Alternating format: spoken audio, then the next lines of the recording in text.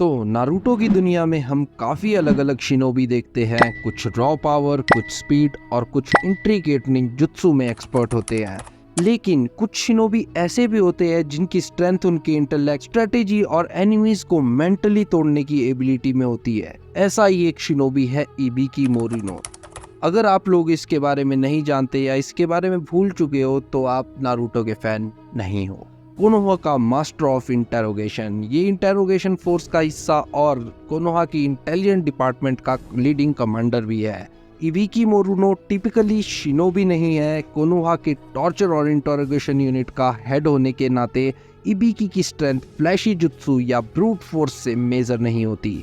उसकी असली पावर उसके मेंटल फोर्टिट्यूड, फिजियोलॉजी, वॉरफेयर और एक ऐसे आयरन विल में है जो उसने दुश्मन को तोड़ते हुए ईयर्स में डेवलप किया है।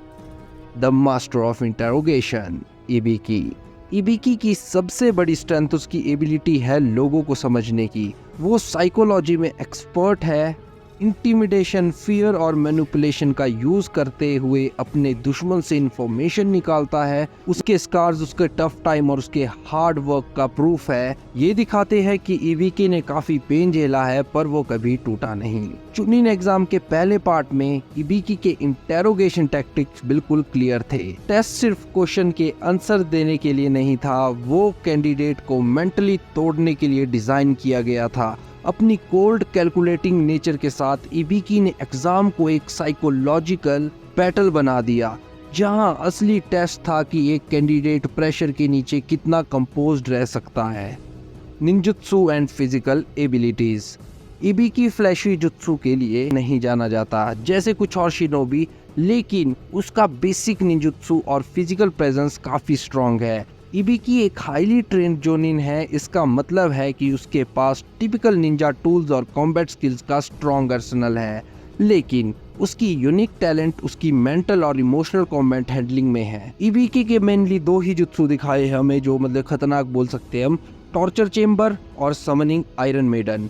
टॉर्चर चेम्बर में वो भाई एक केज बना लेता है, उसमें उसका सस्पेक्ट और वो खुद होता है, जिसमें कि वो उसे बहुत टॉर्चर करता है और सारी इन्फॉर्मेशन निकालने के लिए इस जुत्सु का यूज करता है।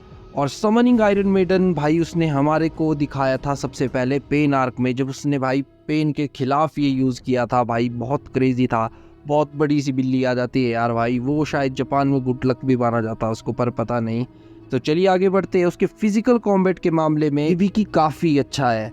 वो एक चोनिन है और जब पेन आर्क चल रही थी उसने पेन के खिलाफ लड़के अपनी फाइटिंग स्किल्स तो दिखाई दी थी, लेकिन उसका असली पावर कॉम्बैट के अलावा है। वो अपने दुश्मन को आउटथिंक कर लेता है और उसका काम नेचर उसे एक फॉर्मिडेबल शिनोबी बनाता है। Mental fortitude. इबिकी की सबसे बड़ी स्ट्रेंथ उसका मेंटल फोर्टिट्यूड है। उसने कई इंटेरोगेशंस खुद फेस किए हैं और वो इजीली इंटिमिडेट भी नहीं होता। टॉर्चर झेलते हुए भी वो कभी ब्रेक नहीं होता और ये ही वजह है कि वो इंटेरोगेशन यूनिट का हेड है। इबिकी की स्ट्रेंथ समझने के लिए ये समझना ज़रूरी है कि निंजा वर्ल्ड में मेंटल वॉरफेयर कितना इम्पोर्टेंट है। कभी कभी सबसे पावरफुल टूल एक जुत्सु नहीं होता, बल्कि ये एबिलिटी होती है कि कैसे तुम अपने दुश्मन का फियर, डाउट और डेस्परेशन को एक्सप्लॉइट कर सकते हो। Ibiki's role in Leaf village. Combat और इंटेरोगेशन स्किल्स के अलावा इबिकी कोनोहा के इंटेलिजेंस ऑपरेशंस का एक इम्पॉर्टेंट पार्ट है। उसका एक्सपीरियंस इंश्योर करता है कि बिना वायलेंस के दुश्मन से ज़रूरी इंफॉर्मेशन कैसे निकाली जाए, जिससे विलेज की सेफ्टी और सिक्योरिटी इंटैक्ट रहे। इबिकी फ्लैशी निंजा नहीं, लेकिन उसका पावर उनके यूनिक एबिलिटीज़ में है।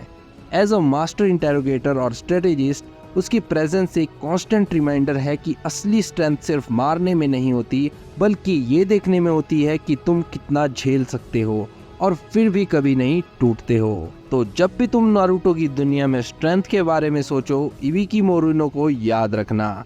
एक ऐसा शिनोबी जिसकी पावर शैडो में है, लेकिन वो विलेज की सर्वाइवल के लिए उतना ही जरूरी है जितना कोई भी एस रैंक जुत्सु।